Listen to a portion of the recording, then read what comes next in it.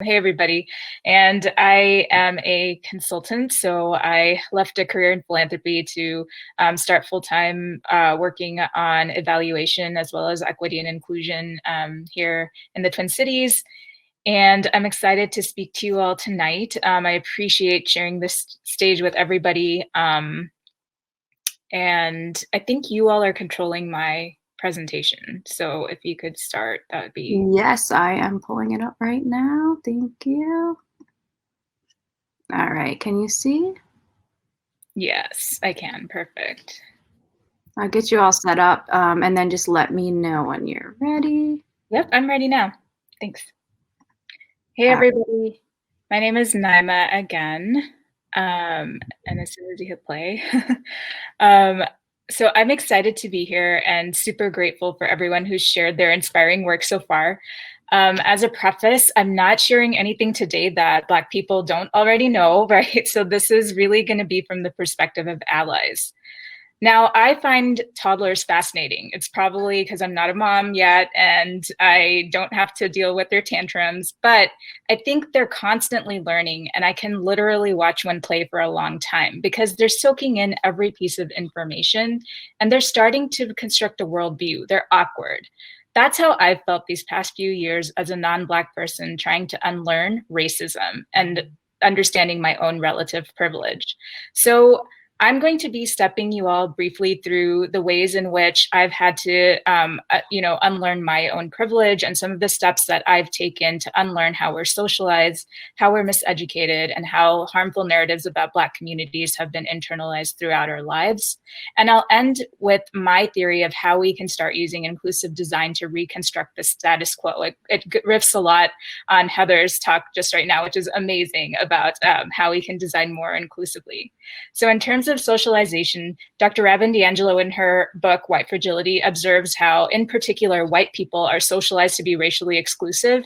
And this was true even for me, right? So even though I'm not white, growing up, I was kind of in this Indian American bubble. I was in a community of families that was pretty siloed, and that kept me from really socializing outside of that circle. Now, of course, I met kids from other backgrounds that didn't, and that didn't change who I was primarily surrounded by. And the truth is that the way that my communities, the teachers, the schools treated Black students in my classes really shaped my perceptions about them in a very unhealthy and toxic way. So because of how we're socialized, I think we inevitably internalize racist biases. So to me, the question becomes, how do we identify these biases and learn how to change them? And this takes a lot of sitting in discomfort for allies, accomplices. And second is the miseducation from our school systems. So we have serious flaws in how BIPOC history is taught in schools. It's whitewashed, it's not comprehensive, and most importantly, it's taught from a very white Eurocentric version of the story of the world. And so to begin unlearning this miseducation, I started to internalize the assets of the African American community and the Black community more broadly. And I did this by starting to read stories of Black joy and learning about the Black community from Black authors. Speaking of which, my third point is about how we've internalized really harmful narratives about Black communities. And in his book, How to Be an Anti-Racist, Ibram X. Kendi explains how European colonizers created racial hierarchy by perpetuating racist narratives that show Black people as less than human. And what we need to realize is that these horrific narratives are not just a relic of the past. Unfortunately, they survive as a present-day legacy of racism.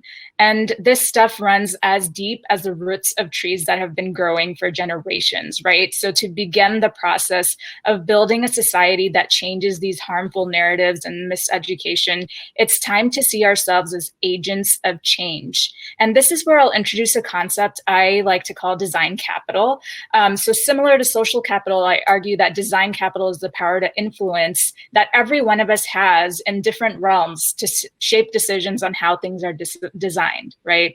And so typically people think about redesigning really large systems like policing or criminal justice, but I think we can use inclusive design to change even the smallest things that we take for granted in our built environments, right? Like a workshop, like Heatherly was just suggesting at work, right? So thinking about how do we ask questions that get down to what lies underneath the things that we do? What are the assumptions and the worldviews that we operate from right now?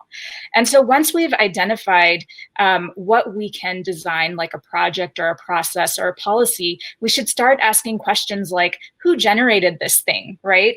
Who is it used by and who does it benefit?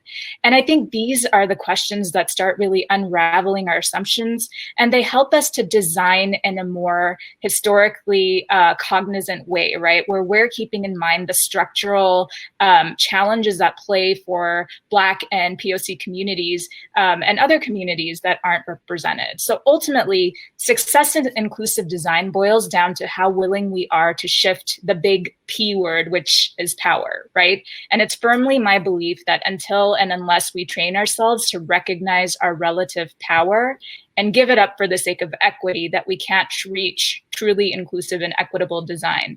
Allies and accomplices don't have to be certified or verified, but we have to show up humble like a toddler, committed to unlearning and redesigning for justice. Thank you.